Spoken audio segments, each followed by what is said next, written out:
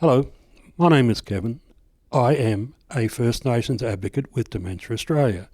For more than 50,000 years we have come together to trade knowledge, to learn and to teach. Today we join to keep up that tradition. So with that in mind, we now pay our respects to the traditional owners, to elders past and present, to those First Nations people joining us here today.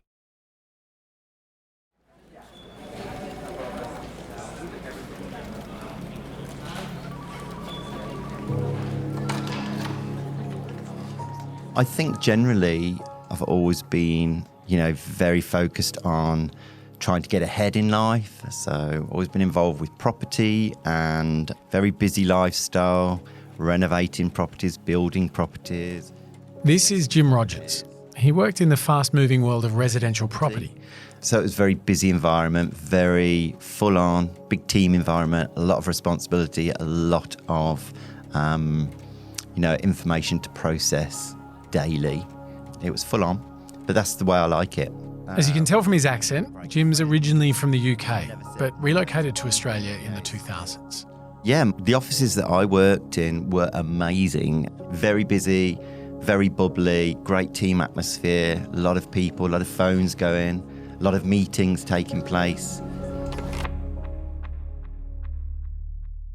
First started noticing the symptoms at work, often in meetings or when I'd forgotten that I'd met people. Some colleagues were noticing that, I couldn't recall meetings, couldn't recall instances where I chatted with various people as though I'd gone and had a face-to-face meeting with that person, and then suddenly, I'd no recollection of them.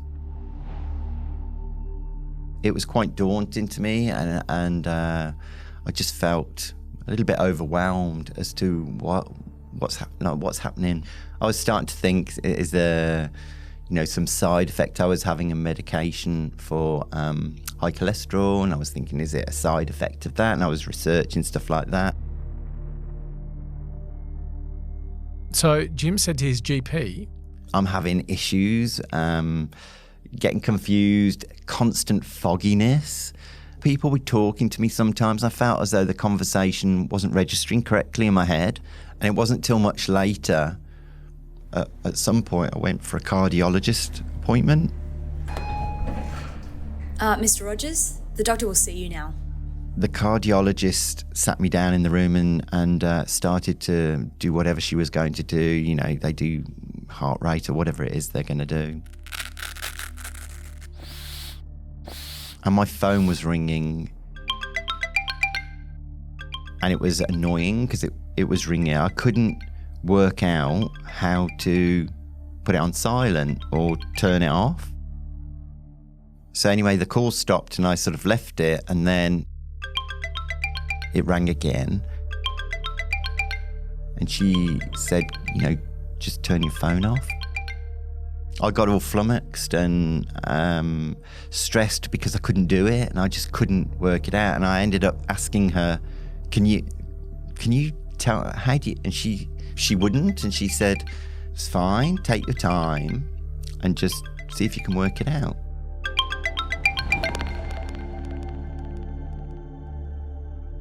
The cardiologist said to Jim, experiencing this sort of thing now and again.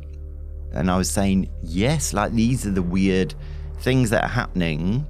And from that point, she then referred me to a memory clinic who started doing more advanced testing. Next thing, the neurologist's office calls Jim. And they did say to me, would it be possible for your husband, Tyler, to be there with you for that meeting? Which sort of triggered my mind a little, thinking, sometimes when they say, can that person be there with you? Maybe it's not good, but you still don't expect it. And I was truly hoping that they were going to say, look, you've got some sort of cognitive issue.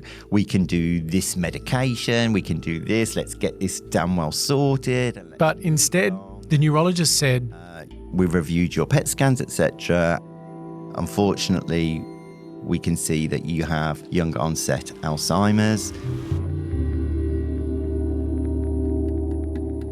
It was almost an out-of-body experience.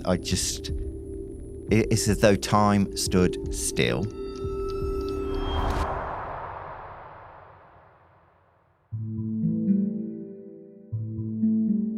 This is Hold the Moment, a podcast from Dementia Australia, full of real stories about life after diagnosis. Because I've never met anybody with Alzheimer's. I don't know anything about Alzheimer's. I didn't want to know anything about Alzheimer's. So it was pretty hard to hear those words. I'm Jim Rogers. I'm 57 years old and I'm living with younger onset Alzheimer's. And I'm Hamish Macdonald. Across this series, we're going to be covering a handful of the big changes that come along with a dementia diagnosis. Things like your sleeping habits, your close relationships, your exercise routine, how you travel around town, or even further afield than that. And along the way, you'll meet a whole lot of people living with dementia who are tackling these issues. In this episode, though, we're talking about where it all starts, with your diagnosis. I'm going to tell you a bit more about my own diagnosis, but Hamish also has a very personal connection to dementia. Yeah, so I've interviewed lots of people with dementia in my work as a journalist, but all of this hit much closer to home when my dad was diagnosed a few years ago with Lewy body dementia. He'd been diagnosed previously with Parkinson's disease, and I guess it was a bit of an evolution from there. So, Jim, it really does sound like you've been on quite a ride, my friend. Yeah, you could say that, Hamish. You could definitely say that. But the ride didn't exactly start with your dementia diagnosis. Can you just tell me a bit about your life up until now, or until that point? I was married to my wife for nearly 10 years and we had a great relationship and 3 beautiful kids from that. And unfortunately, my wife passed away from cancer, which was a terrible time. Then sometime later, when I met Tyler, I just had a connection with him. And things just happened from there. He's been in the children's life for over 20 years now. So they very much used to having Ty in the family. And he's Poppy to the 4 grandchildren and very lucky. You're obviously someone that throughout your life had exercised a lot of control over your own destiny. You'd moved countries, you'd built families and businesses and buildings and homes. Confronting a situation where you kind of couldn't really seize control in that way, how did you handle that? I remember even with my wife at the time when she was diagnosed with her cancer and they sort of said, go away and try and, we think you'll be okay, but move along and try and enjoy life. And I remember her desperation at that and how quickly she passed away from there. And I think when you've watched that with somebody as well, it's very daunting to have the unknown. You don't really know. There was no rule book. And could they give you those timelines? Not really, because the one thing they really emphasised to you is that everyone is different. Every single person with dementia has a different story to tell. There's a lot of that anxiety that goes with it, I think. And you just don't want anything to do with it. I just wish I'd never heard of it. Wish I'd never been diagnosed with it. Just don't really want to know. But it's there now. The elephant's in the room. So you try to just turn it into a positive and go, okay, well, I've got this future ahead of me now. Utilise the time. Make the best of it. Have fun. Be positive. Try and fulfil all those things that you thought you could put off till your later years. Bring them forward a bit. That initial 24 hours after you got the news was a big 24 hours in your life and the life of your family. It was. Why?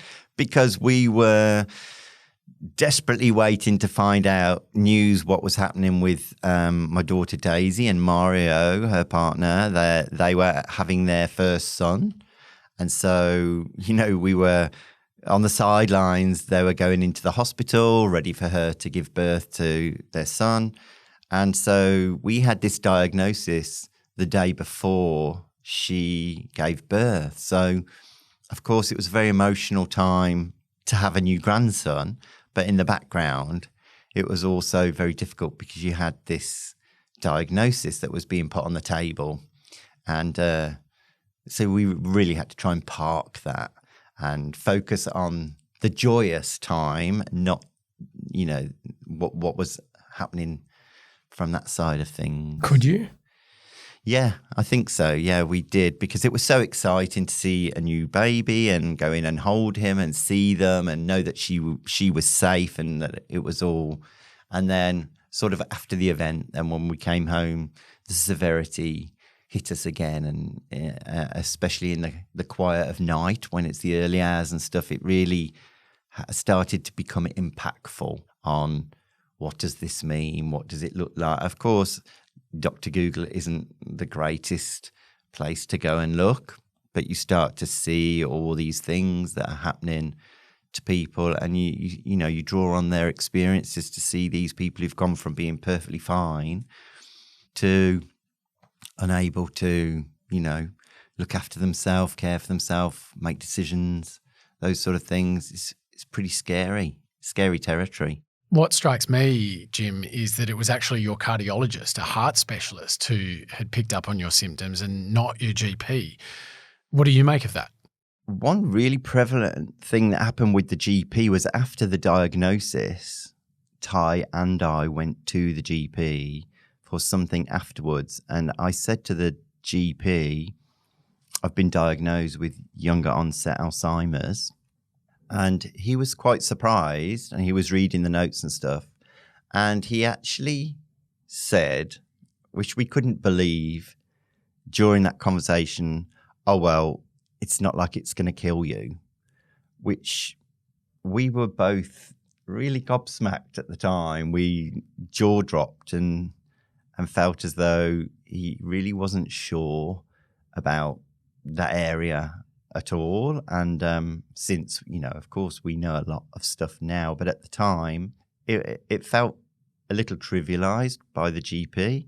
So you feel sorry for people that are trying to get to a diagnosis if they're facing that type of thing. I do think sometimes there is a lot to do with Alzheimer's and dementia that a lot of generalized practitioners don't really know about, and of course, as we know, it does lead to your death at the end of the day. You were diagnosed with younger onset Alzheimer's. What does that mean? So basically, anyone diagnosed prior to 65 is classed as younger onset. So usually Alzheimer's is associated with the aging population, somebody that's getting older and their brain is degenerating slowly. It's something that's found early on. A form of younger onset is literally Alzheimer's that starts at a time in life when you should really be at the top of your game, or working, or with a family, or, a busy life. It's not at the time of life when you would generally assume it happens, when you're older and you're quiet. So you sort of become older quicker. And do you feel like that's what's happened for you? Yeah, I feel as though I'm fighting to just stay who I am and stay full of vitality and, have plenty of conversation and meet people and be upbeat. But I feel in myself, I get lethargic, I get overwhelmed, tired, and sometimes can't focus so well. Or if there's too many people talking, I struggle to focus. So I feel all these things. And last night we went to the theatre. By half time, I seriously just wanted to go home, go sleep. I feel as I'm at a stage where you're pushing because you want to make the most of what you have right now before you can't have the option to push.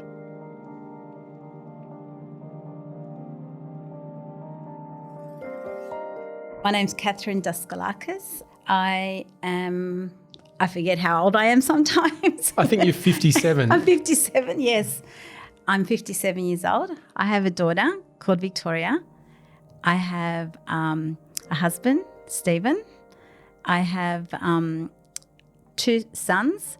One's Anthony, and the other one is, oh my goodness, is Anthony and Jonathan. Yeah. Anthony's the younger one? Yes. Yeah, cool. I forget their names. That's all right. That's fine. Oh my God. You got it. I have been diagnosed with Alzheimer's. And I know you loved your work. Tell me about what you did for your career. I have been working with kindergarten kids for many years and overseas in Singapore, and it was just the love of my life, yeah. What is it about teaching that you loved so much? I just love, I love the kids. I love getting them to a point where they're like independent and it's just beautiful. Yeah. Yeah. I know a lot of people say that to me. It's like, how do you do it? You've got to, you can either be a kindergarten teacher or you can't. Yeah. When did you first start noticing the symptoms in yourself? I've been driving my whole life, and all of a sudden I wasn't driving properly. Oh, that's okay. The next day I'll be fine. Had an accident, 2 accidents, and then I realised this is not right. Tell me about the first car accident that you had. Okay, so it was on my way home, and I was driving, and then suddenly I heard this.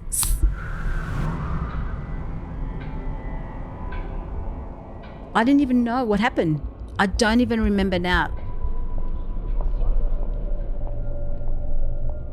I was like in shock. Like all these people came and they were, asking me, "Are you okay?" And then Victoria actually came and she said, "Are you okay, Mum?" She was coming home from work, and I said, "No." I said, "I don't know what's happened." I did not know what happened.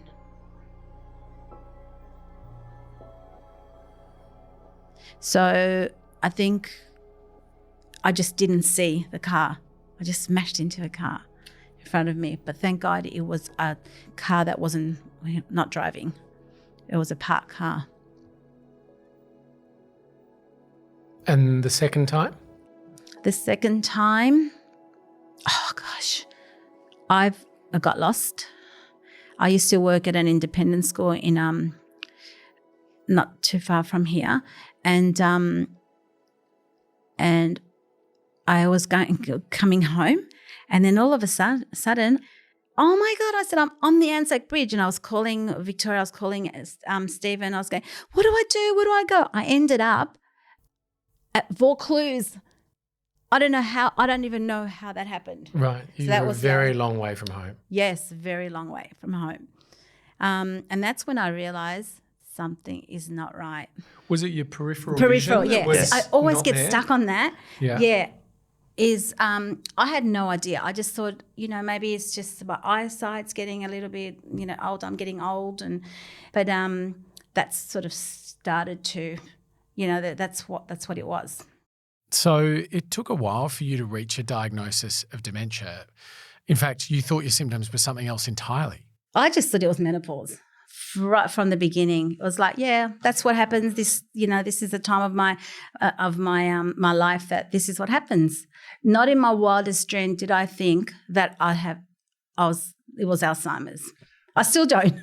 I'm still like. What would you? I fully understand that, because there's a denial in the whole thing. You sort of feel like, is this really happening? You keep sort of questioning it. But what would you say were a few of the key things that you noticed that were signs that you put down to the menopause, that you sort of thought, this is odd, but then, when you keep bluffing it off and thinking, it's okay, but what would you say some of those were?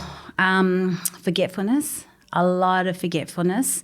I would rely on my family to, give me the words. What was that again? I'd say to my husband, come on, tell me, what is it again? Drops. Just drops. That was probably the main thing, like the forgetfulness and anxiety. I've never, ever had anxiety all my life till now. Yeah, till now. Even it's getting better now, but till when I got the diagnosis, that was like, horrible. What shape was this taking, the anxiety? What circumstances were you finding yourself feeling anxious? Everything, like going to the shops, obviously driving, like even writing things down, like using my iPad or whatever, I was nervous about doing that as well. Things like that I've been doing for years. You were seeing a psychologist around this time. What was he noticing that you maybe hadn't yet? I wasn't sure exactly what was going on. I couldn't, I couldn't work properly. I couldn't rely, I was relying on everybody as well. So yeah, it was that time when that he said that he thought it was the one that I think it's called frontotemporal dementia. Yeah, which is what Bruce Willis. Yes, that's is how living with. I remember it, and that's what he thought, and I just sort of like, no, that doesn't happen to me, I'll be fine, and then we went to do the PET scans. Do you remember, Catherine, getting the diagnosis? Like, what did the doctor say? How did it register with you? It wasn't very nice. When she's a lovely, lovely lady, but when we got there and she said it's Alzheimer's, and when you don't even know exactly what Alzheimer's is, or you didn't even think that could even be something, a possibility. She just said, "You've got Alzheimer's. It's Alzheimer's." And that was it. And that is such a devastating blow, and to be put across so easily and quickly is but life-changing for you. Yeah, yes. And who was with you at the time? My husband, yeah. And I just cried and cried, went downstairs to the, we stood in the hospital, but I just cried and cried and cried and cried and cried, and I still just didn't believe. Devastated. Devastated. It was like the worst thing that could have ever have happened to me.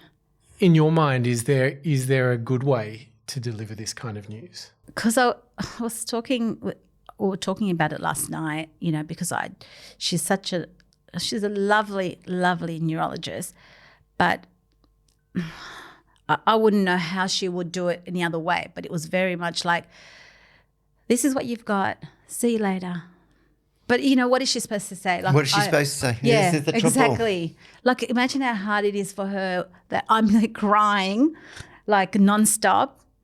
My husband's crying. We're all crying. It was just, I think it was just hard I just needed something more. I don't know what it is, and it's not her fault. I felt that was the end of my life. I felt like that's it. Because I didn't really know much about Alzheimer's. Is there a way that might have made that more digestible for you? Are there other services or other supports that could have been included in that? Yes. Or even, you being pointed in a direction for more help, or someone else there to be part of a consultation like that? Yeah, maybe something like that. I think it'd be nice if the diagnosis came with somebody to assist you after the diagnosis. Yeah. So if you could be perhaps somebody explain it to you and they say, okay, before you leave, we'd like you to sit and talk to whoever. Yeah. And they sit you down and say, listen, this is going to feel like it's the end of the world. But this is what can happen, and we can lead you to this support group or whatever, and you will overcome it, but you're going to feel a feeling of sadness and grief. Yeah, I think that would have made a world of difference. I think if they had somebody who had been diagnosed previously, who was maybe not a counsellor, but somebody who could go, it's okay, like you will be okay. And that would have made a huge. Definitely. So it was just hard to believe that I have Alzheimer's. I'm always like, I was on top of everything. My kids, so independent. That's changed a lot. How did you move beyond that thought? Slowly, I think with the love of my family and the support that I have, slowly. I can see though, even today talking about it, you're getting a bit teary. Yeah. Can you describe what it is that is scary for you? I don't think about what's going to happen to me. I don't think about that. But what I do think about is my independence. That's the number one thing. What do you think about your independence? I don't want it to go. Don't want to lose it. I don't want to lose it. Yeah. Yeah, and I do get that's what makes me teary out of everything. It's the anticipation of what's coming down that road. That's how I felt when I was diagnosed. It was as though when you look down the road at what's coming, we all know what's coming. And so you have to pull yourself back to keep away from what's ahead. That's right. Can I just ask you, if you take us back a little bit to when you were diagnosed, to the few days sort of after the event? How did you feel in yourself? Like, how did you change from the day you walked into that hospital and the day after? Because I know for me, it was devastating. How did you react? It was like everything was taken away from me. Yeah. Every little bit. And it's like, how am I going to get back? I didn't want to talk to anyone, even my sister-in-law. I didn't want to talk to anyone. And they're like, but we're there for her, we want to see her. And I said to my husband, I don't want to talk to anyone for a long, long time, which is weird because I'm not that kind of person. But I think you shut down so much, like you internalise the feelings, like you've just got to process it on your own first before you can sort of figure it out how to deal with what you're going through. Yeah. But nobody can really help you. Nobody. It's very singular. Yeah. Catherine, who was the most difficult conversation to have this with? Probably my younger son.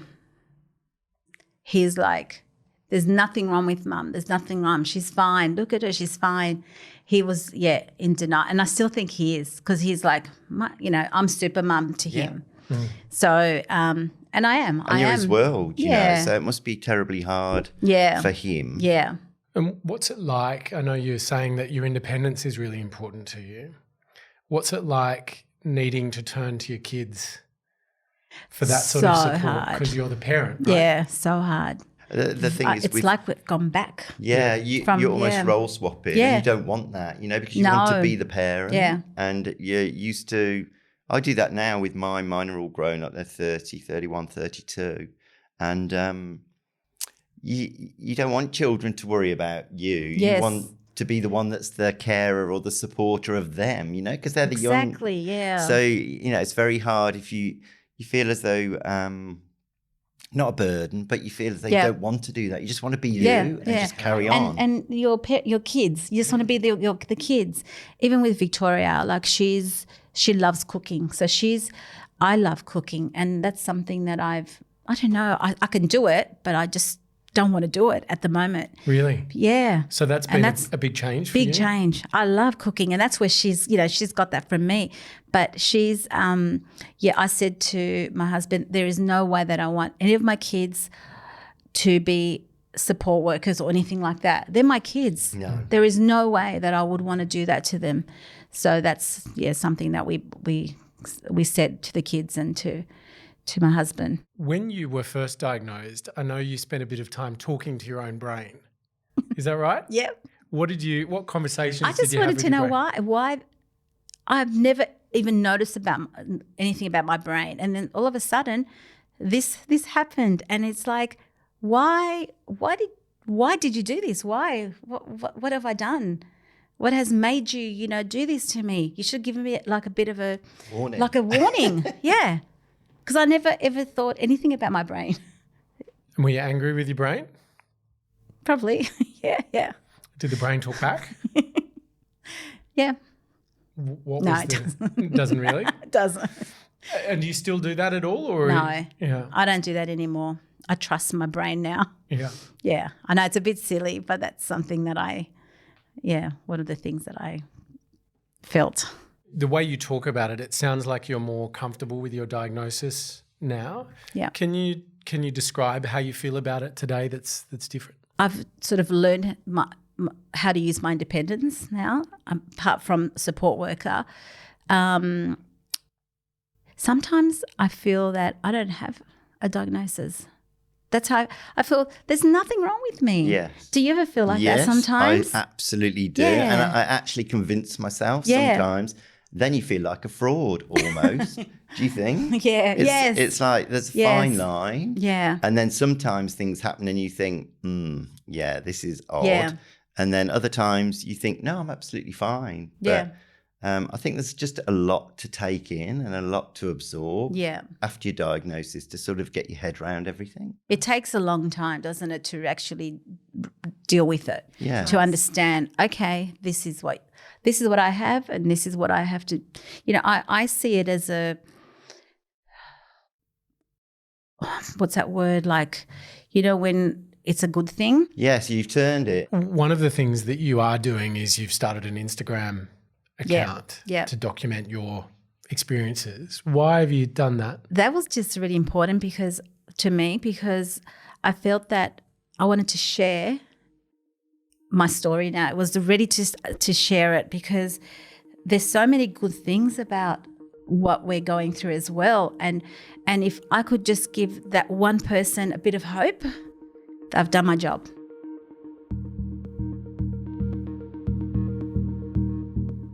So, you or someone you love has been diagnosed with dementia. If you're not sure where to turn next, you can call the National Dementia Helpline. They're here to help. Hi, I'm Kristen. I work on the National Dementia Helpline as an advisor.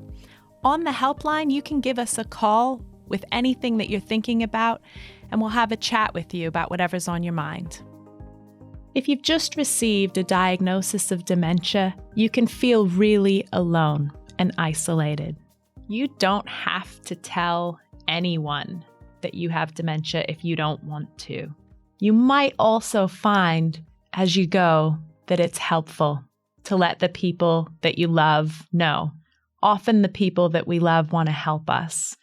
And if we're able to be clear about what's going on for us and honest about what's going on for us, it makes it easier for our loved ones to be able to help. If you're not sure how to start the conversation with your family and friends about your diagnosis of dementia, there are services and supports that can help you get started with that. Sometimes the hardest part is saying, I have dementia. If you want to talk about anything you've heard in this episode, like what to do once you've been diagnosed with dementia, you can contact the National Dementia Helpline on 1-800-100-500. We're on the other end of the line 24 hours a day, every day of the year.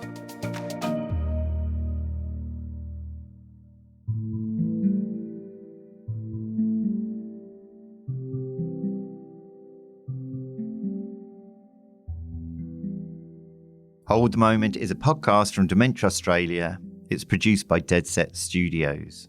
You can find more episodes and resources through the Dementia Australia website, www.dementia.org.au. And don't forget to follow Hold the Moment in your podcast app so you don't miss an episode.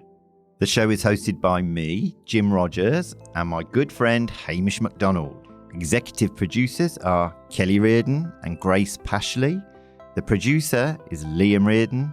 Sound designed by Sean Holden.